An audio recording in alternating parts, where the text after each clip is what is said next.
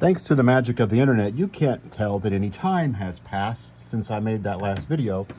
But in the meantime, I realized I told you something totally wrong. Well, not totally wrong, but wrong.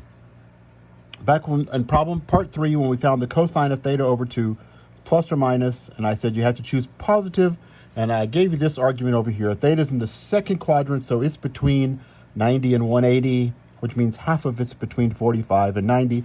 If we had been in class, somebody probably would have asked me about this, and I would have realized that what I said was not quite right. Remember, for an angle to be in the second quadrant, it's over here, right? There's the second quadrant. And the reason I said 90 to 180 is because that's 90 and that's 180. But remember, we've talked about this before, and I had a momentary lapse in thinking. It could also be this angle,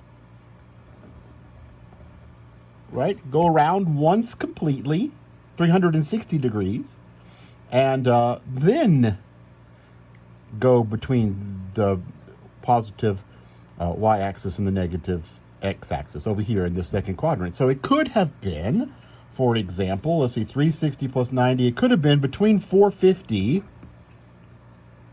and 540. Could have been that, because that's 360 and 90 more, 360 and 180 more. It could have been that.